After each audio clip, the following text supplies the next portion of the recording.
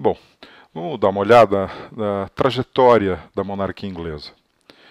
E acho que a primeira conversa se refere ainda quando ela estava em formação durante a Idade Média. Ocorre ali um confronto entre o monarca e setores da nobreza, que leva no ano de 1215, se você perceber aqui, é no século XIII, a assinatura desse documento aqui, a chamada Magna Carta.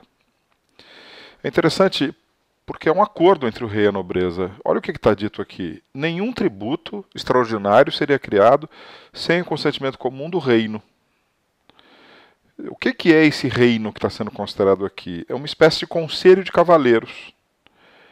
Interpretações posteriores consideraram que esse consentimento é a responsabilidade do parlamento, instituição que representava os interesses das elites inglesas. Para estar aqui, você é membro da elite, não há participação popular nesse contexto.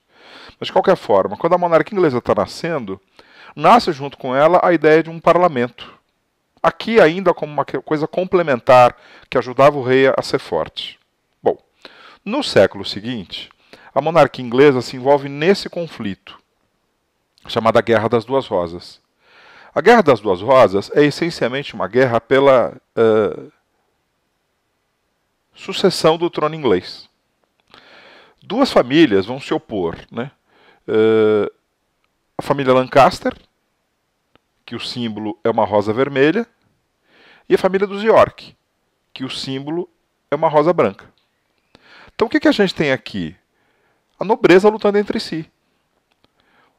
A nobreza inglesa se posiciona ou a favor dos York ou a favor dos Lancaster. Então, a grande repercussão dessa guerra é que ela leva ao enfraquecimento da nobreza, de uma forma geral, lutando entre si.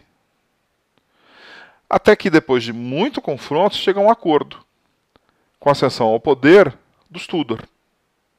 O Henrique VII, que é o primeiro rei dessa dinastia Tudor, cria uma imagem da pacificação do país, né? A rosa Tudor passa a ser uma rosa que une elementos da rosa York e da rosa Lancaster. Então, ele assume o poder com a nobreza mais fragilizada e submetida ao poder do rei. A monarquia inglesa vai viver a partir daqui o chamado absolutismo. A ideia de uma concentração de poderes nas mãos do monarca e de uma nobreza que gravitava em torno dele. Eu vou conversar com vocês sobre dois desses monarcas. O primeiro deles é esse que aparece aqui, o rei inglês Henrique VIII. Ele é um rei que assume o governo num contexto da chamada reforma religiosa. Finalzinho do século XV e no século XVI é que ele governa. E aí o grande destaque desse monarca, para ajudar a formar o absolutismo inglês, foi a assinatura desse documento, chamado Ato de Supremacia. Ele abriu um confronto com o Papa, e ao final desse confronto com o Papa, ocorre a assinatura desse documento que torna Henrique VIII o chefe da igreja na Inglaterra. Ora, se pelo ato de supremacia na Inglaterra o rei é o chefe da igreja, ele não é mais católico.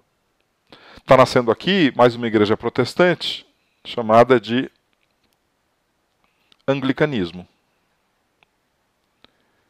Ora, isso fortalece o poder do Estado.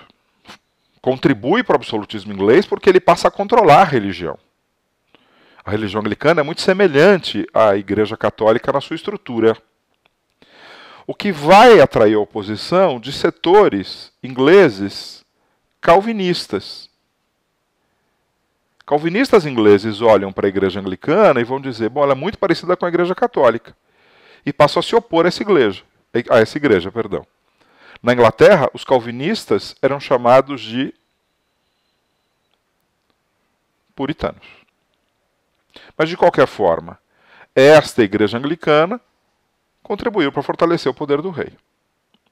Mais adiante, na trajetória do absolutismo inglês, é extremamente importante essa rainha, a chamada rainha Elizabeth I. Rainha Elizabeth corresponde ao apogeu do absolutismo na Inglaterra. Para ter uma noção cultural, é durante o seu reinado que a gente tem a produção do teatro de William Shakespeare. Mas ela é o apogeu pela eficácia do seu modelo econômico mercantilista. O mercantilismo é a política econômica do Estado absolutista, marcada por um forte intervencionismo estatal. Nessa lógica intervencionista, a Elizabeth estabelece fortíssimos incentivos às manufaturas têxteis na Inglaterra. Contribui muito para transformar a Inglaterra numa grande exportadora de tecidos. Além disso, ela estabelece incentivos à colonização no sul dos Estados Unidos. Mais uma fonte de arrecadação de recursos com plantações de algodão no sul dos Estados Unidos, que favorece o enriquecimento do Estado. Então, medidas como essa transformaram Elizabeth no ápice da política absolutista na Inglaterra.